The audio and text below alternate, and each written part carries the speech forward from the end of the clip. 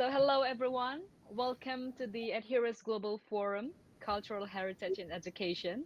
Today, we are going to have a very interesting panel discussion that involves experts in the fields, and we're going to delve deeper into the topic of preparing students to shape a better future. Before we start, I'd like to introduce myself. My name is Farhanisa Nasution. I'm the Expansion Director of EdHeroes Network, and it's an honor for me to be the moderator for this session today. Before we introduce our distinguished panelists for today, let me give a brief introduction about our session for today. So, the session is titled Preparing Students to Shape a Better Future. It is an imperative objective in contemporary education.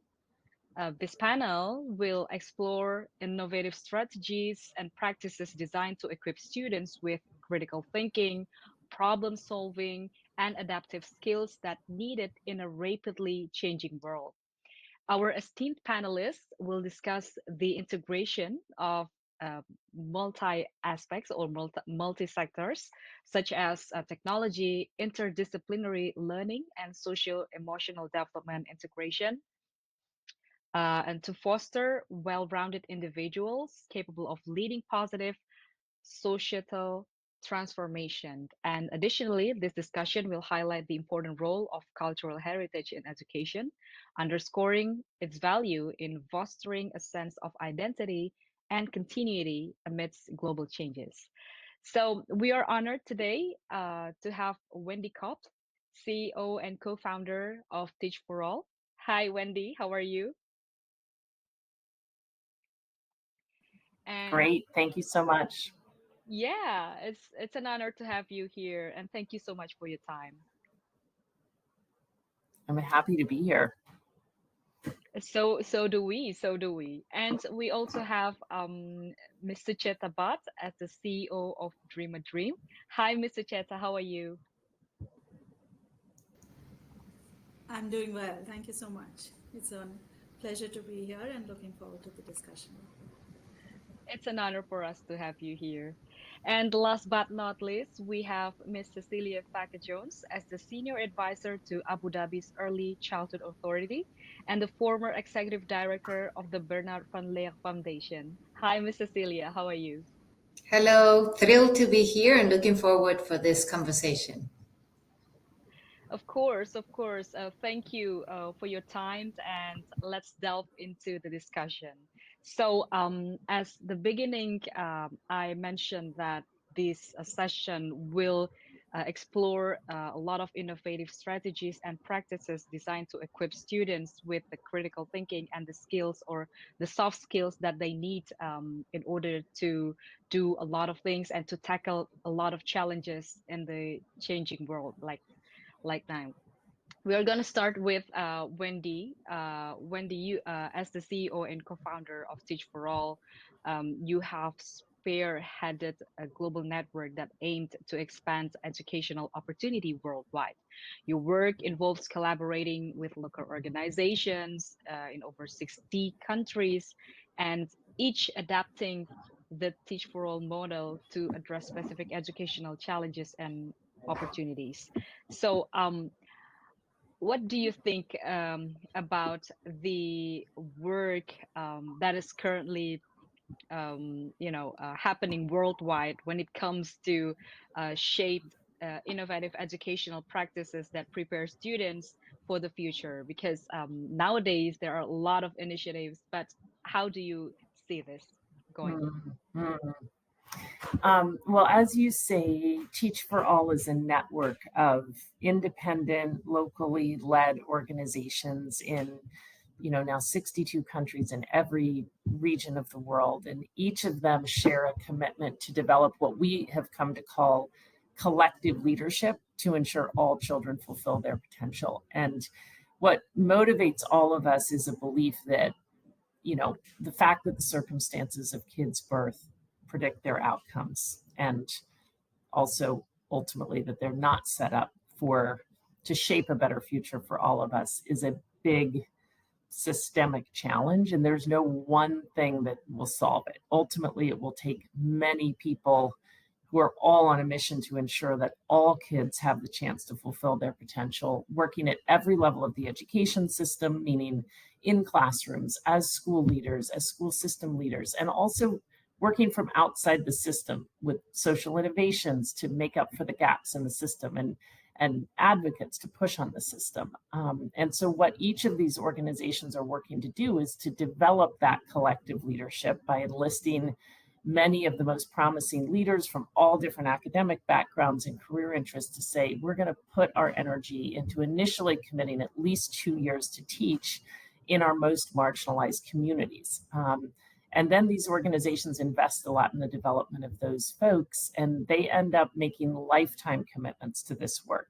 Some of them stay in the classroom, others move into other roles throughout the system and really around the whole ecosystem around kids. And what we've seen is that with enough of them exercising their agency and leadership towards this shared purpose of setting kids up to shape a better future, and working in partnership with many others in the system, we can, in fact, put our education systems on a different trajectory. So that's the big idea and the pursuit. But I think to your question specifically, like really about almost 10 years ago as a network, we stepped back and asked ourselves, truly, what are we working towards? And at that point, we had a vision that brought us all together around, one day all children will have the chance to attain an excellent education. We were so driven by achieving equity within the system.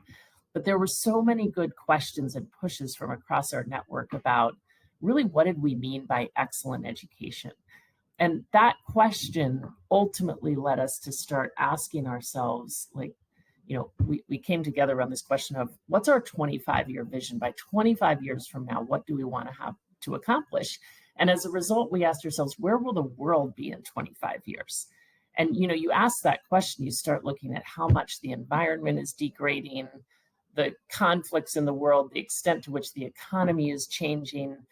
And it became very overwhelming to the point where we realized if today's students are not developing as leaders, with, yes, the kind of problem solving, critical thinking skills, the academic mastery that enables that, but also the sense of agency, the awareness, of themselves and of the issues and systemic injustices in the world, the sense of well-being, the sense of connectedness to each other and to the planet, that there was no path to any of our aspirations for peace and sustainability and justice. And so we embraced a different vision around all kids having the kind of education that equips them to shape a better future. And that commitment really generated a reorientation across our whole network around the kind of education that we're trying to provide kids. So we started working not only towards equity within the system, but towards equity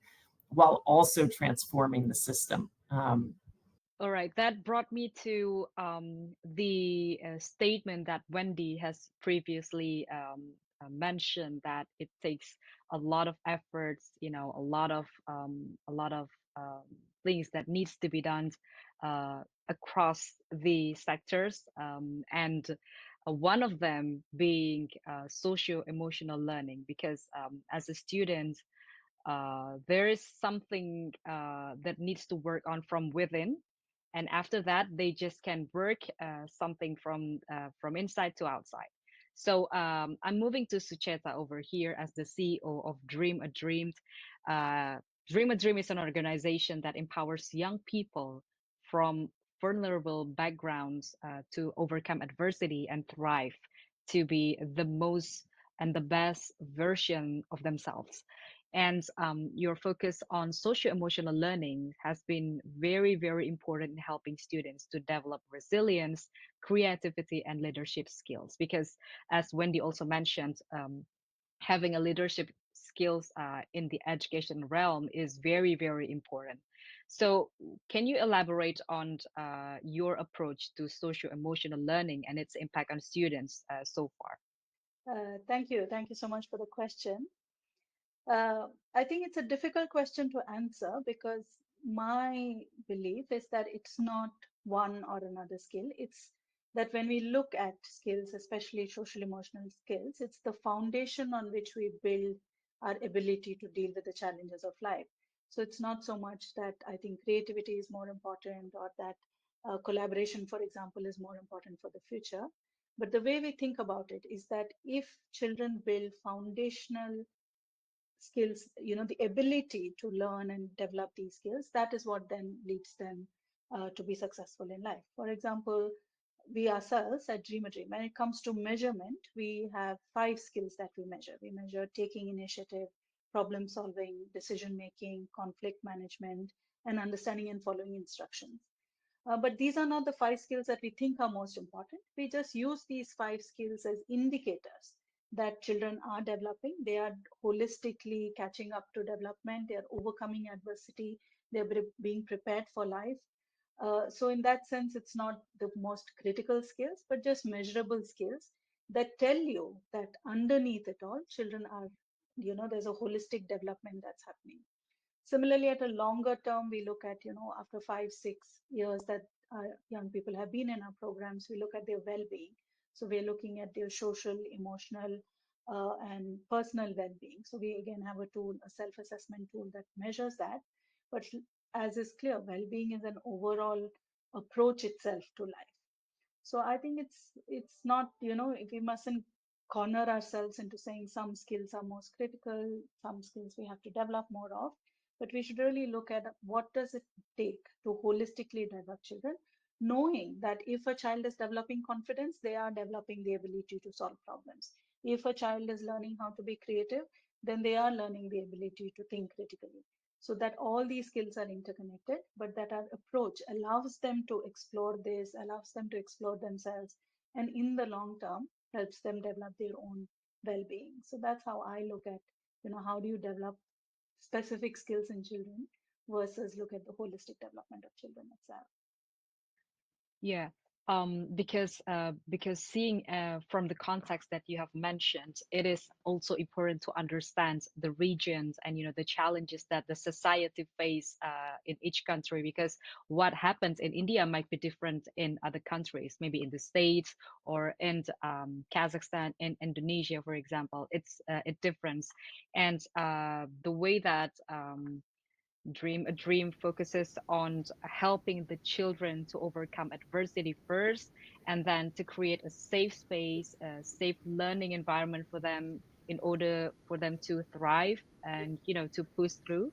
And that is actually the one of the most pressing issue that needs to be faced first, and then moving on to the next step of at challenging or tackling challenges in the complexities of the future.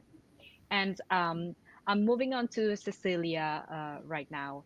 As the former executive director of the Bernard van Leer Foundation, he also have a lot of experiences in, managing social development policies and programs that provides valuable insights into early childhood education and social welfare.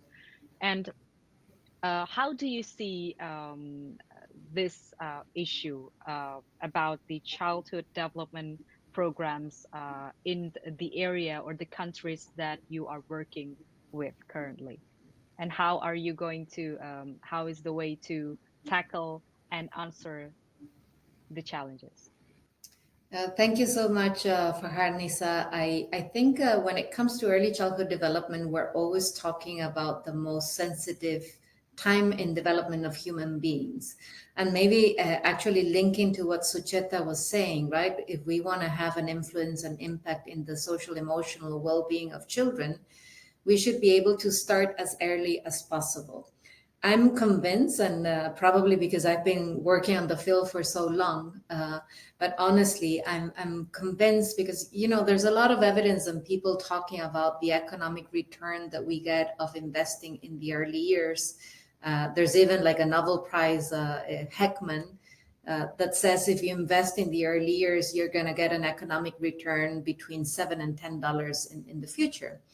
But for me, more than the economic return, I always like talking about the social return that we get if we invest in the early years. And this has to do because I think that even many times in the educational field, not many people are aware of how important the early years can be on setting the foundations and the basis of a healthy development. So just maybe highlighting what Sucheta was saying, I do think, of course, you want to have in the early years children that are doing well from a health perspective, from a nutritional perspective, because you don't want stunted children to have limited opportunities because of their physical condition, right? But I do think that what also is happening in the early years is that children are making all these amazing connections in their brains, which are called synapses. And if we make sure that these connections are healthy, we are basically ensuring a good future for children. And this is what I always like saying, many times, even in my current work in Abu Dhabi, I'm working as an advisor to the Early Childhood Authority here. And of course, Abu Dhabi is one of the places that puts early childhood development as a priority. But many times when I'm talking, to new constituencies, to new people who are not necessarily related to the topic of education or to the topic of early childhood development, I'm always trying to raise more awareness why investing in the early years should be the best investment that societies can do. And maybe I'll mention just three that come up to my mind. I think if we invest in the early years and having this healthy development for young children, we are one ensuring this confidence and identity that children need to develop in the first years of life. Again, Sucheta and Wendy have referred to this about like the importance of giving this good start to all children and giving this opportunity for all children to have equal opportunities. Again, if we do this as early as possible, we know that this is going to create confidence and an identity that is going to allow them to develop and enable this good life in the future. The second thing is if we're able to invest in the early years, I think the rest of the pathway is going to be easier. So for me, it's also thinking about if we do this investment early on, then for example, the educational pathway will probably be easier for these children because they have developed these basic skills that allows them to do better through their lives. And the third thing, I think, even from, and I was talking about the social return most of all, I think then these children in their adult life will be more productive human beings. And when I'm talking about productive human beings, I'm not only referring to the economic revenue that these human beings can bring to society, but I'm talking about this can be healthier human beings that can support better the development of their societies. This can be more conscious human beings that are aware of their environment, of their well-being. So I do want to mention again, I'm a huge advocate of investing in the early years, but not just because I'm convinced of it, but because of the evidence that we have around it. And maybe one last thing, Farhan, is that I would like to mention. Sometimes we see the child isolated from the rest of the context.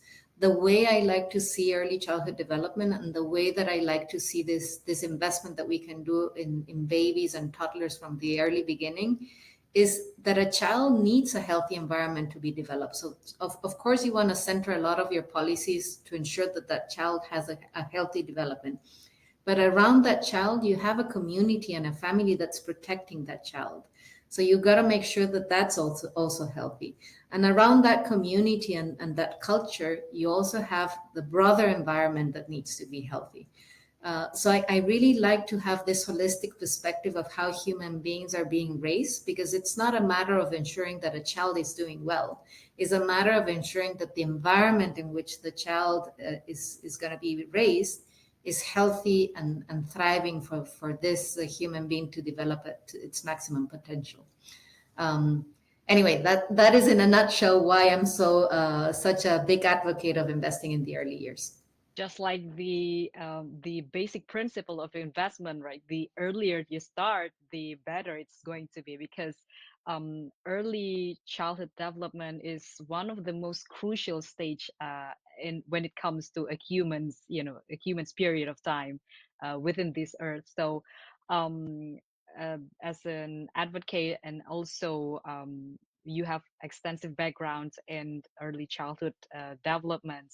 So I think when you said that a child needs a healthy environment in order to reach their maximum potential speaks volume on the importance that focusing on early childhood means in the education world. So from the previous conversation, we can see that um, it is important to make sure that a child have a healthy and well environment first in order to for them to be able to reach their maximum potential. And I'm gonna start. I'm gonna back to circle back to Wendy because you say previously a very interesting point about what do we want to accomplish. You know, when it comes to focusing on education and also the ability of opening up access and opportunity for every children worldwide. So how do you see the society contributes to in order to create a better environment for each children to thrive? Because nowadays, if we're talking about environment, sure, previously Cecilia mentioned that we have a family, the brothers, sisters, and the neighborhood as well, perhaps. But we are not also forgetting about the technology. That's when it also steps in with all the informations, and we see kids nowadays with their gadgets and so on. How do you think Hmm. it could hold a significant amount to create well-rounded environment, or a great environment to Hmm. for children to thrive? I guess when you ask about, what's important in society, it makes me want to step back and really just talk about the kind of growing evidence that I think we have that around the importance of shared purpose towards the purpose of students thriving throughout our education systems, but also throughout society. Like, I don't know if you all saw the results of the RISE study that came out a couple of years ago that was led by the researchers out of the Blavatnik School at Oxford that basically looked at 50 years of data from all the low and low to middle income countries in the world in search of essentially insights about what differentiates the school systems improving the fastest. And the headlines that came out of that were that there are a set of things that are crucial but turn out not to be sufficient, that all education systems need to do, that they've called the technical practices of education. And it's important that we have standards and curriculum and teacher assessments and teacher development all lined up to those standards. But what they saw is that some systems have those things and still don't see outcomes improving for kids. And so what is the X factor? And what the RISE researchers told us was that the X factor was a shared sense of purpose throughout society towards the purpose of students learning. And I would add, and developing, like, students thriving. And, it was so interesting because even listening to Andreas Schleicher as he, shared out the latest PISA results, which show that we're in the midst of a 10-year decline. And again, the PISA results are looking at, the overall attainment at academic and non-academic of 15-year-olds across the kind of developing countries, or not developing, but rather developed countries, like a different set of countries than the RISE program looked at. And Andreas Schleicher said to our whole community of 600 folks or so on a webinar, it turns out that the countries where we're seeing improving outcomes have come to believe their existence depends on it. Like, there's such a sense of, we have to improve outcomes for kids. We just know that our future economic results, sustainability depends on it. So I guess I just keep coming back to that question of, how do we get to the place where we all recognize that what's obviously true, right? Which is that what we see and are doing in our classrooms today predict the future. And that, in fact, our collective welfare depends on really reshaping how we work with kids. I think even starting to talk about technology, like technology will be an incredible distraction if we let it, or it will be an incredible enabler. But it all comes down to like, what's the broader context? Like, what is the purpose that all the forces around kids are aiming at? So I think one thing is purpose, and then I think, I mean, we haven't surfaced the kind of, I think the mindsets of the adults in the systems around kids are just really crucial. And as we started really thinking about our purpose as a network differently, like not only is it about kind of catching kids up in an outdated system, but it's about like, how do we actually equip students with the holistic skills necessary to solve the big problems that we face and all. We realized like we have to start by helping the adults in the system unlearn essentially how we were taught and learn a different way of seeing the world, so that we're seeing ourselves as learners and we're seeing students as whole people who can lead today, and we're seeing the assets in communities, among other things. So I think it's just really raised for us the idea that, the biggest challenge we face in reshaping the education system is the fact that all of us adults went through the outdated system and internalized a lot from it. And we need to support us to unlearn that and just learn a different way of seeing things. Yeah, so it's all about the mindset, because the mindset will hold the key points to the changes that is going to happen within the education system. And it also shapes how parents perhaps think, or maybe the families, in order to react to certain kind of situation when they face it, in order to raise their kids at home. And this brings me to Sucheta. So, about the mindset, because mindset is clearly a different aspects when it comes to when it comes to parents, for example, in order to educate their children perhaps, or maybe to just to make sure that their children will be fully equipped to face the future. So, um, what do you think would be the most crucial skills that every parents or every educators needs to have in order to shape, or maybe to help equip their students or their kids to face the ever challenging world? Um, Yes, so Dream a Dream is, 25 years old now. So we've been developing this approach over the last 2.5 decades. And we've had some big insights along the way around what is the approach itself and what it is meant to do. So before talking about the approach, I do want to talk about the context. I want to talk about the context of India. Now, in India, we have about 130 million children who are living in poverty. And we do know that almost 48% of these children have stunted growth, which basically means their height is not at the level that normal children of their age, height and weight is not at the normal level of children of their age, which basically is telling us that while their physical growth is of course stunted, maybe malnutrition, not having access to good food. We also know that this means that their psychological and social development is also stunted, that they are not developing as children in normal households or in regular circumstances would. And this mostly happens when children don't get access to love and care, don't get access to supportive communities. So the stunted height is an indicator that they are also not able to manage emotions, for example. They're not able to handle anxiety.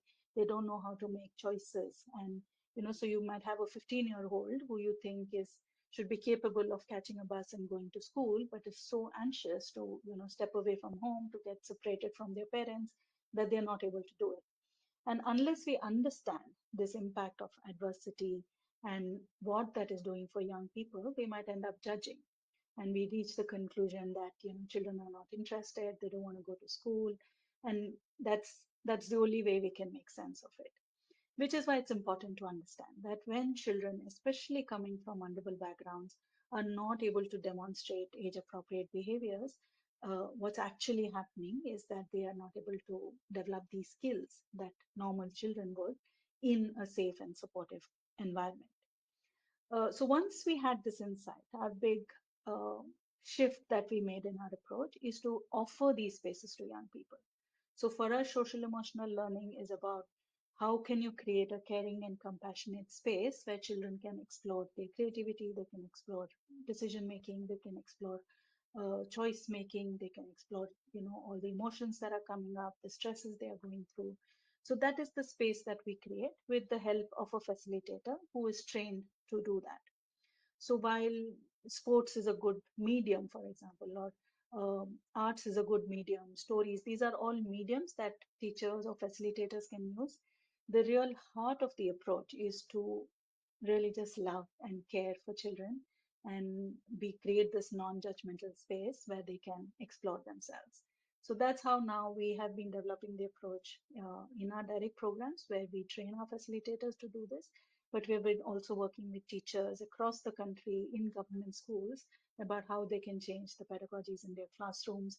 How can classrooms become more spaces of fun, enjoyment, and exploration of some of these skills that are so critical for children, especially when they're growing up in adversity and considering the complexity of the future that they are dealing with.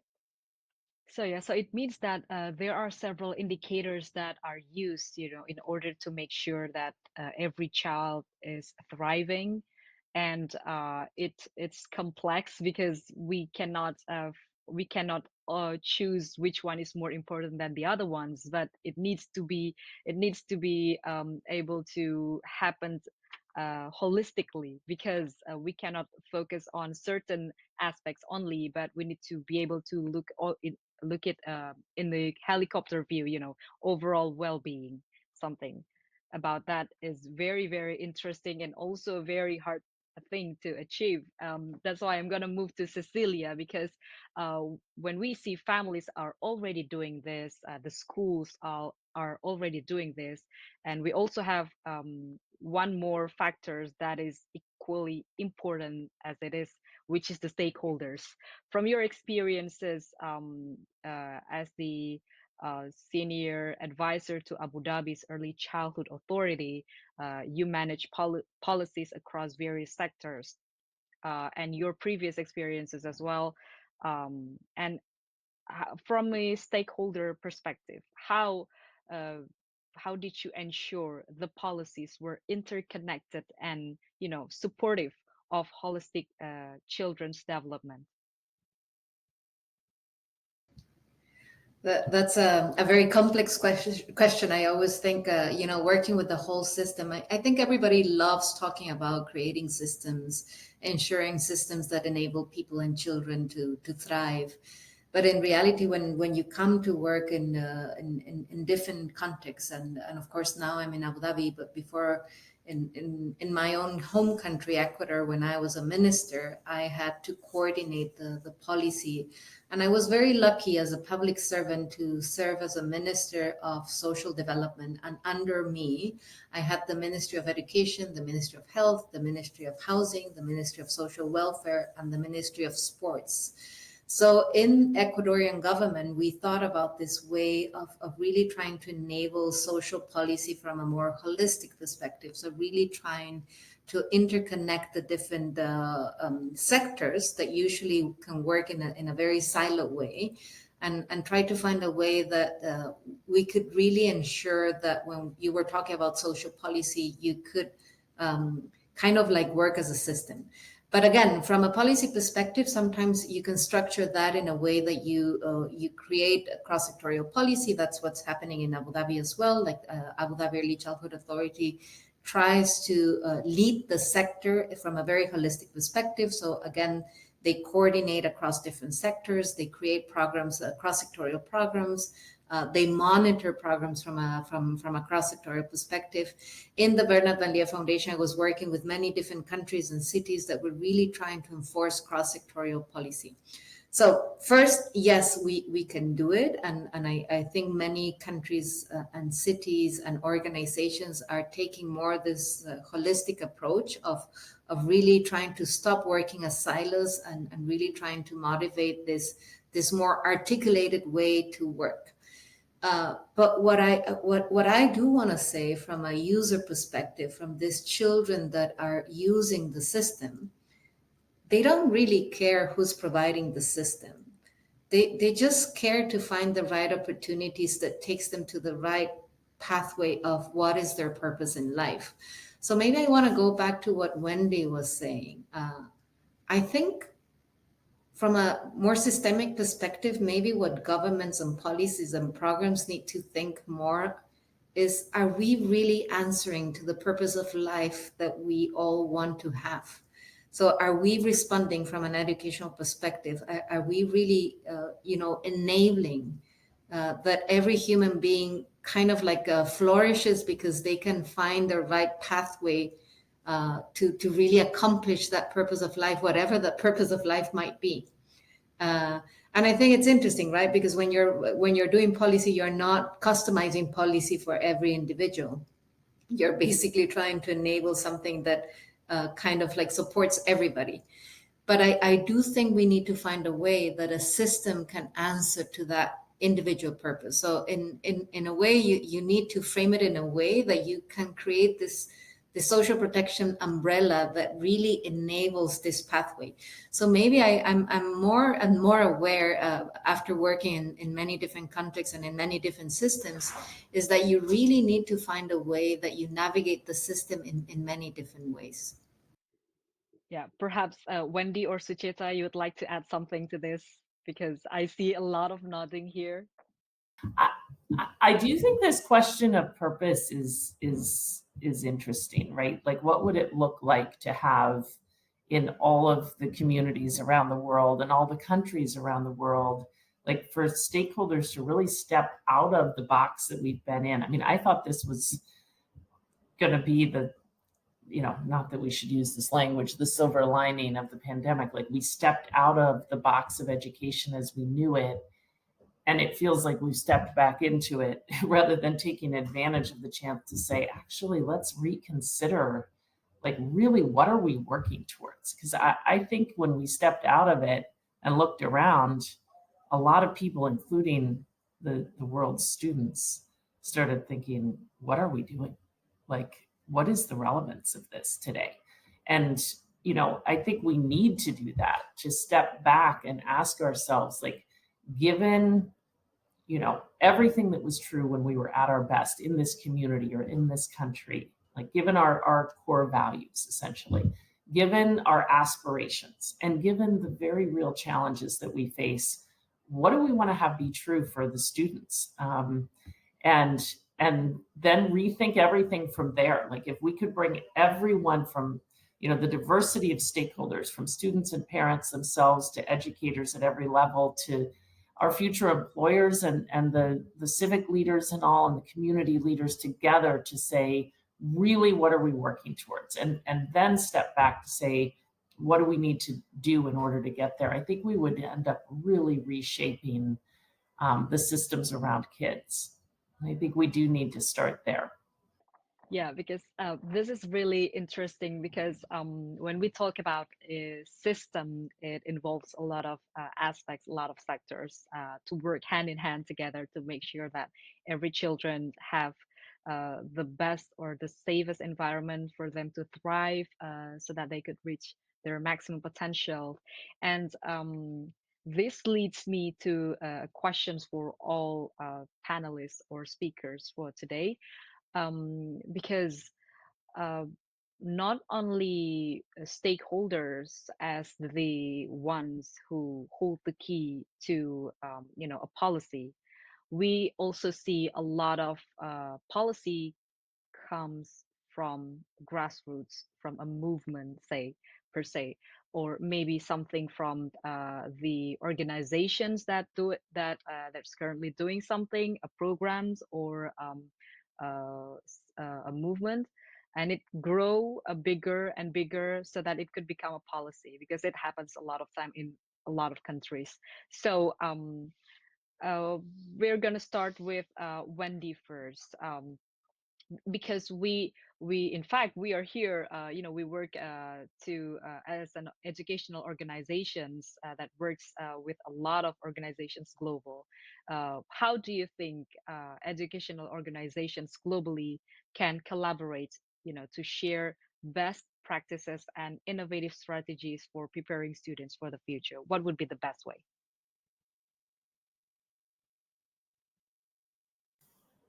I guess what your question conjures up for me is something we think about so much across Teach for All, because what we've seen, and earlier you were kind of mentioning the differences in different countries, and it's true, of course, every country is different and all, but what we've seen is that the circumstances facing the most marginalized kids are remarkably similar from place to place. And as a result, the solutions are also much more shareable than we've assumed.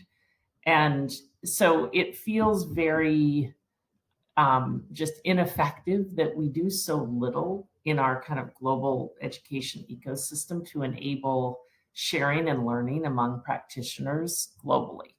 Um, and I think that's the biggest thing that needs to change. And we've been experimenting with ways of addressing that within our own network. We launched a global learning lab a few years ago to engage practitioners all over our network and allies beyond, to really look at what is different about classrooms where we're seeing students develop holistically, what is different in communities where we're seeing collective leadership building towards aggregate progress for students.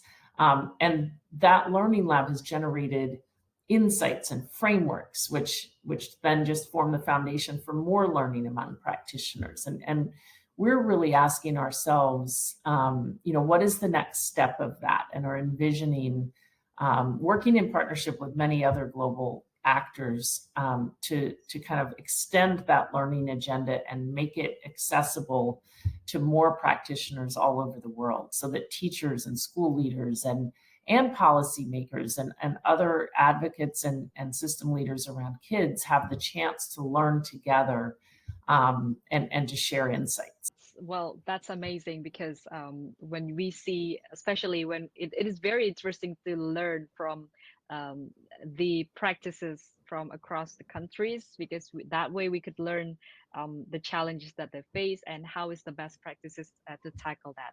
What about you, Sucheta? What do you think? How can educational organizations globally, you know, go hand in hand in order to share best practices and innovative strategies? Yeah, no, I fully agree with Wendy and what Wendy is saying about, there is a scope. There is really a lot of scope for how we can collaborate, how we can learn from each other. And I do feel that there's not enough, that we are not doing enough in terms of sharing best practices and collaborating.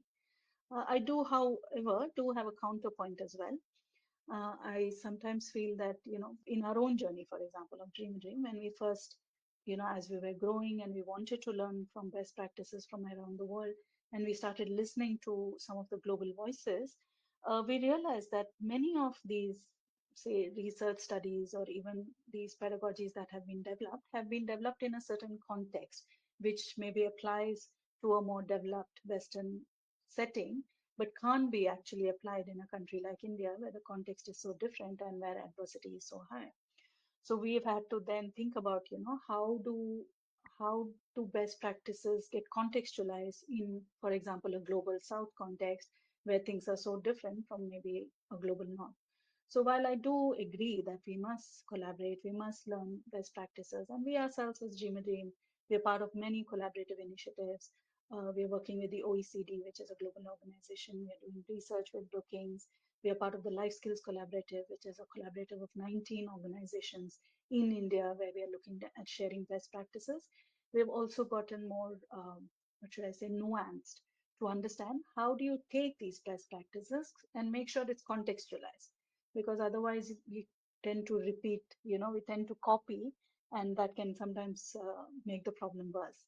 So while I fully, I'm all for collaboration, sharing best practices, just a just a pause before that to contextualize, understand how it applies to you, and yeah, definitely move forward in that direction from there. Yeah, because we cannot move or we cannot start without understanding the context first, because context matters, especially when it comes to to learn and share practices about education in certain areas. And Cecilia, what about you? What is your take on that? I think for me, I mean, we are exposed to so much knowledge and so much sharing that sometimes I'm wondering how are we going to be able to kind of like really filter down what is applicable to my own context. So on one hand, I think that what's happening, especially in the educational systems, is that we now have so much more access to so many resources and so much knowledge and so much sharing. But sometimes I also think that something needs to happen that takes us kind of like back to basics and kind of like reconnect to what's local, to what's important to us. So again, maybe we go back to this, what is important to my own culture? What is important in my own context? What is important in my own country of what's needed now and what's urgent and what's important and what's strategic in order to build upon that. So in a way, I think it's almost like we are living kind of like this global opportunity of like accessing so much knowledge and sharing that's happening around the globe.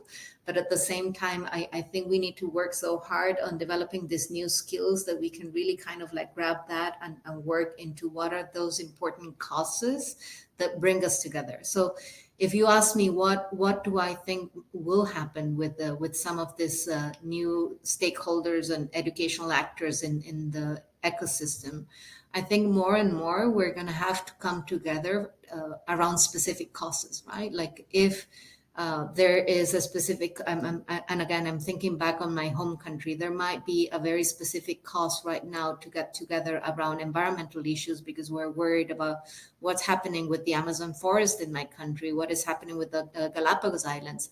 Can we come together as an educational system to think if there's a strong sense of purpose there that can bring us together to bring and think differently from the educational perspective? Can we think about other causes globally that bring us together? So for me, in a way, I'm really, and maybe I'm being a little bit disruptive, but I honestly think that something bigger needs to happen in the educational system, because I think we're now going to be exposed to learn in so many different ways. We haven't even mentioned how AI is going to be affecting that. But I think there's something about how we easily adapt and become more flexible to these new challenges that really kind of like bring us back to those causes that need to be core to what we want to emphasize in that very local context. And maybe the second thing is I do think that we also need to emphasize, and probably because this is the main topic of the forum around culture and heritage, I'm also thinking about, how can we bring the educational stakeholders together to kind of like rethink, okay, what are the kind of cultures that we want to keep in our own context? So to Sucheta's point, right? Like we're constantly using all the evidence coming from the north. Is there something new that we can add more value coming from the south? Are there like important cultural values and traditions that we want to keep core to our development?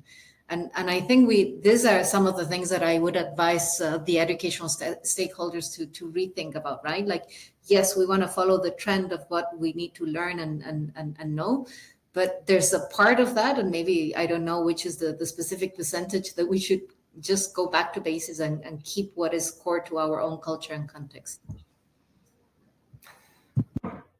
I think that brings us back to the need for every community and country to really engage like many of the stakeholders around kids and stepping up from our current system to ask the bigger questions of what are we trying to accomplish, like rooted in our history and culture and values, like truly like what is it has been at work when this community and this country has been at its best, and then considering the challenges and the aspirations, like what are we trying to achieve here?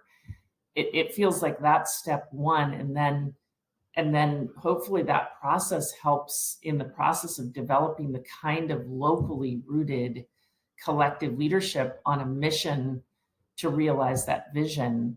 And then if we can establish learning networks that enable those local leaders who have to contextualize and own everything for anything to work, to actually learn from each other and be exposed to what's working and what's different in other places. I think that's the path to the kind of locally rooted and globally informed approach that we've really seen has the potential to really accelerate progress over time. Yeah, because when it comes to contextualizing things, especially when it comes to approaches and solutions, we seldom to to realize the importance of incorporating values such as cultural values.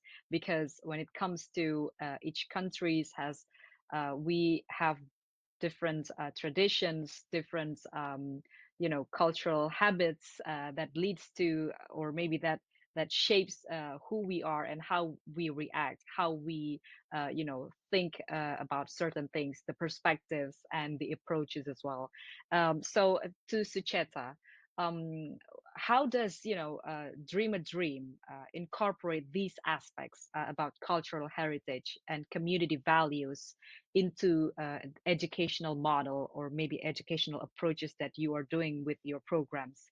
So and how important do you see it needs to be, it needs to be delivered in a such good manners uh, for students to be able to thrive and for them to be the best way that they can be? Yeah. Great question again. And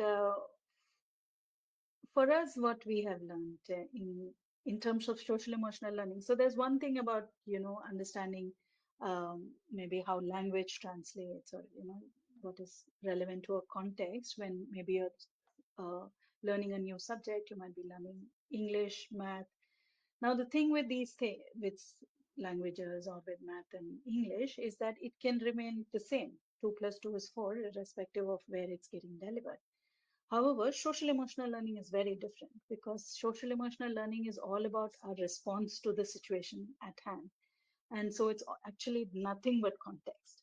So when we talk about social emotional learning, it's about my ability to respond to the context I am in and to the challenges that I'm facing. So in some ways, there is nothing else to, there's nothing to hang your hat on when it comes to social emotional learning other than the context itself. So what has happened for us, for example, in our own work, we did, you know, develop a curriculum. We have our own curriculum. We got, international experts to help us with it. However, when we took, and this was in Bangalore, we are based in Bangalore in India. However, when we started working with our first state partnership in Delhi, which is in the north of India, while it is still India, we started developing the curriculum from scratch, because the government and the public school system there wanted it to be contextualized to Delhi and what is true of Delhi and what are the challenges that children in Delhi feel.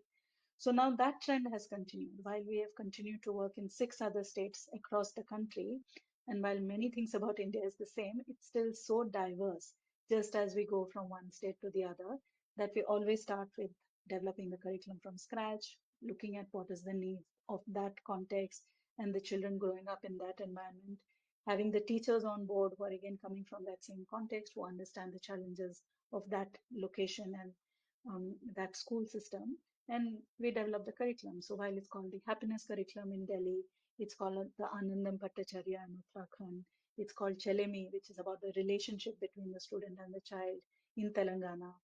So for us, context has been everything, and the ability to then change the activities or change the content or even change the medium that we're using to make sure that it is relevant in the context of the children and the challenges they're facing there is for us what social emotional learning is all about. So in some ways, we can't separate the two, and they kind of they're embedded into each other. Context and learning social emotional skills are in some ways the same thing. Yes, because when it comes to, traditions or, habits, we need to be able to understand it in the whole context so that we could find the best approach and, to understand and be and use it as a knowledge for us to be able to formulate perhaps stakeholders will use that to form a policy and that's why it is very important to understand that.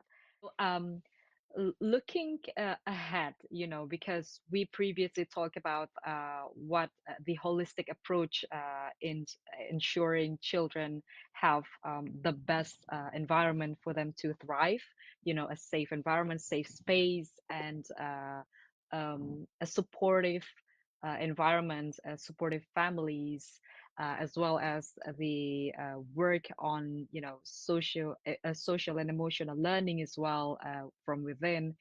And looking ahead, what do you think would be a key trends and development in education that you believe will be crucial, in shaping students who can lead positive societal transformations? I'm going to start with Cecilia first. I mean, I think, and I was reflecting a little bit about what Wendy and Sucheta were saying.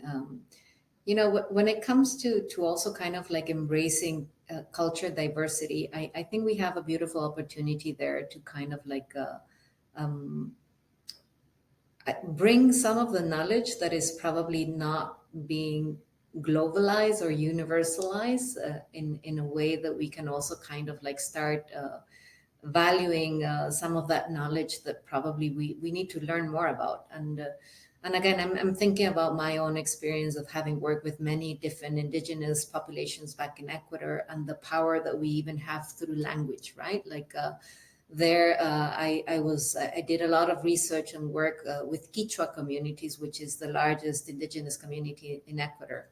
And if you get just the language part of culture, which is so powerful, there's so many things that you can learn just through language, right? Like the way that they read the present and the future, and probably relate less to the past because of the way that they communicate. The specific words that you can use in Quechua that cannot even be translated into other languages.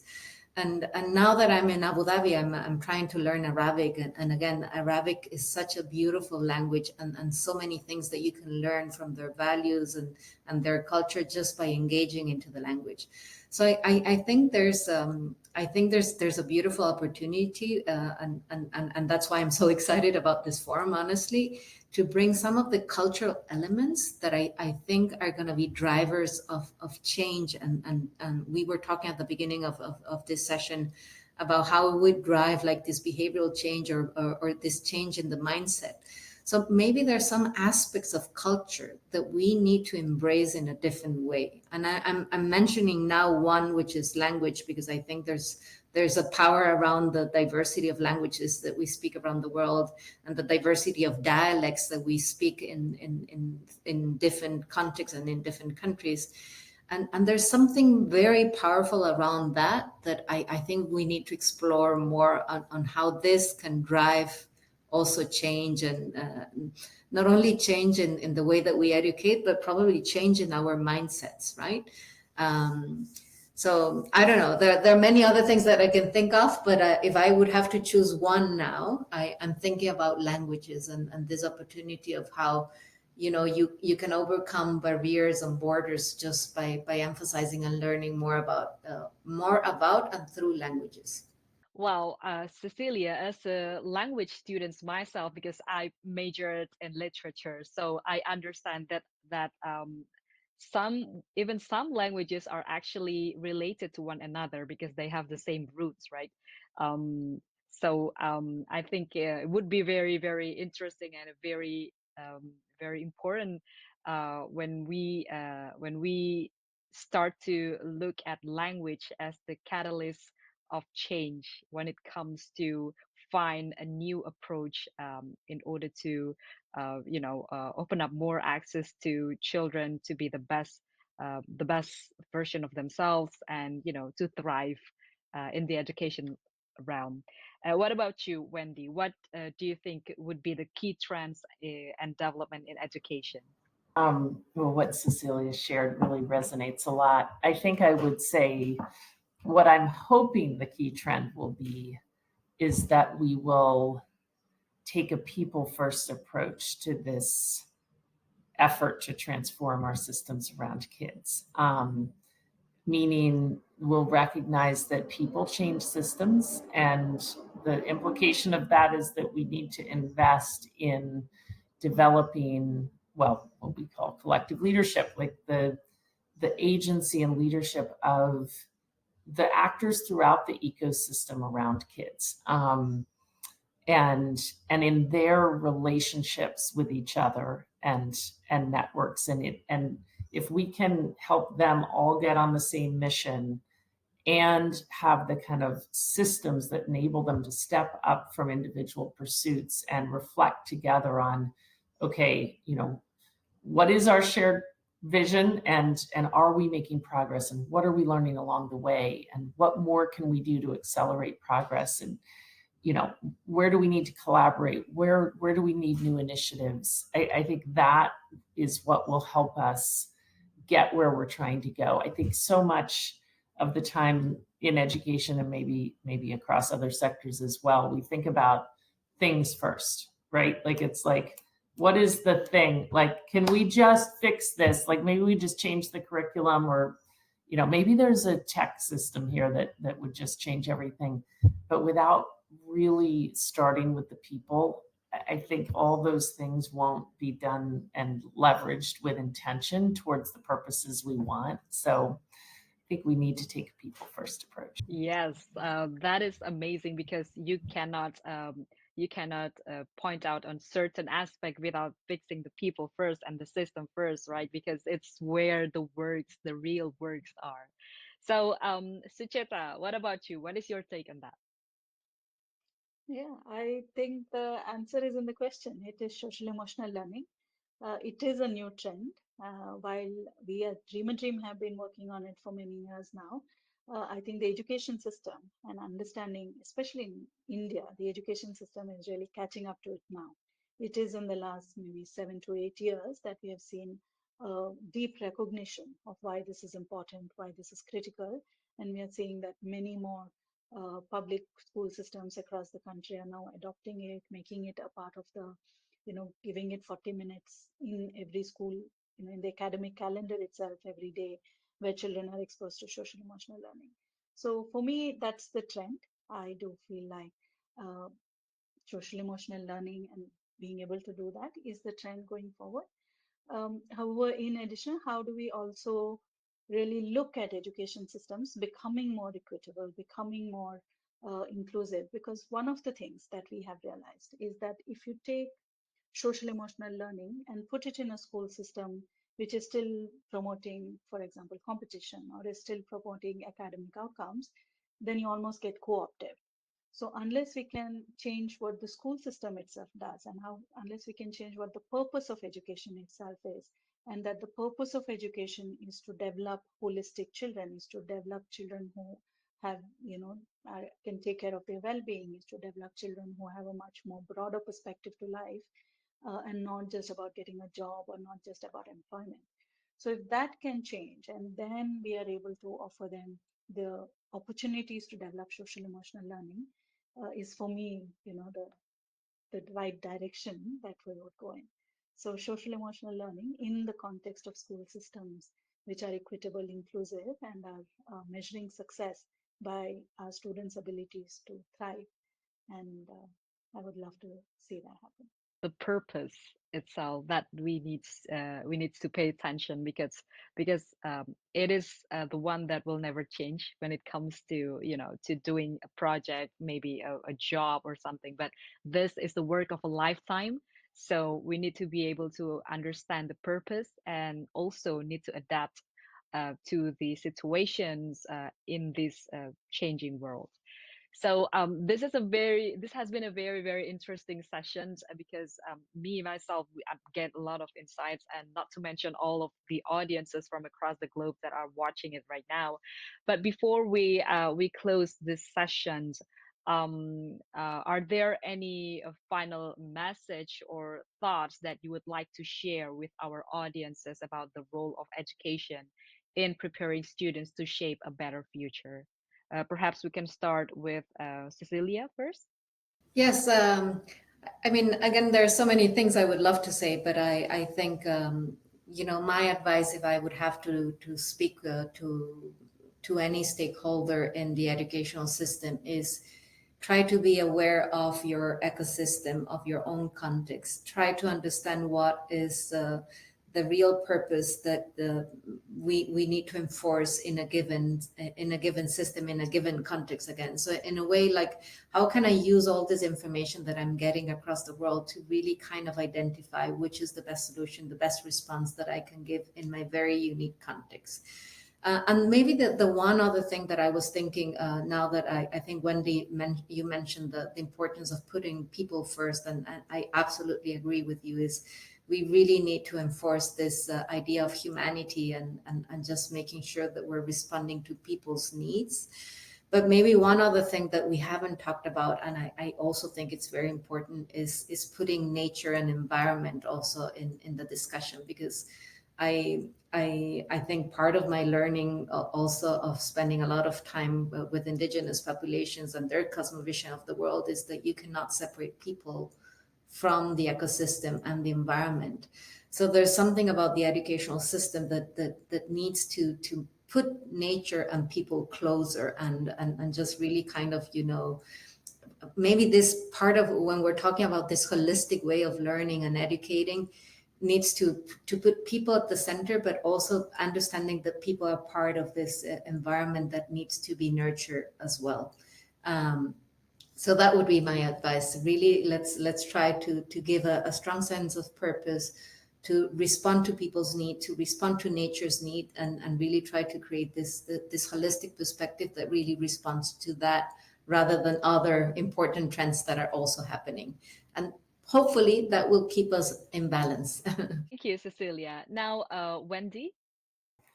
I think I would say, you know, just that as we need to recognize that as educators, we have truly the greatest role to play in reshaping the world and putting it on a different trajectory. Um, that seems so simple and maybe so obvious, but I don't think we act on that. And if we did, think about what would be different, right? Like we would realize we have to step up from today's system and think about, well, what world do we want? Um, and therefore, what do we need to do differently in our classrooms? It would impact who chooses to be an educator, how much we invest in them. So and defining educators broadly as the actors around our young people. I think just reflecting on, I guess maybe just the more and more obvious threats and challenges that face us. I've come to believe that we're we have to do everything we can to solve the symptoms of the issues playing out today. But if we don't step back and really focus on reshaping what happens in classrooms, we're still going to be just doing the same thing in 20, 25 years. Like we need to right now, like really prioritize education at a different level. And I don't know what the key is to getting the whole world to realize that, but I think we're going to have to do that to truly get on a different trajectory. Well, thank you very much, Wendy. And the last but not least, Sucheta. No, I agree. I agree with everything that Wendy and Cecilia have said. And I think I kind of answered it before also. If there is one message, if everyone was listening to me, I would invite us to take a pause and think about the purpose of education itself, especially how we define success. Um, Education systems have today gotten so narrow in its definition of success, where we think just getting academic outcomes or just getting a job, that's kind of become a very narrow, especially when children come from poor backgrounds. We think at least let's do that much. But I do feel that's such a reductionist way of seeing it. And if there is one message I would offer is that let's look at children coming from adversity in a much more holistic lens and ask ourselves what is the best offer we can make them, and how can we truly prepare them to deal with the challenges of life as well as respond to the future with a sense of, a deep sense of self-esteem, a deep sense of well-being, and a deep sense of just belief in themselves to respond to this new world and take on life. So that would be my message. Let's reimagine the purpose of education so that all young people can thrive. Thank you very much, Sucheta. And thank you very much, speakers, Wendy, Sucheta, Cecilia, for sharing your valuable insights and experiences at Heroes Global Forum 2024.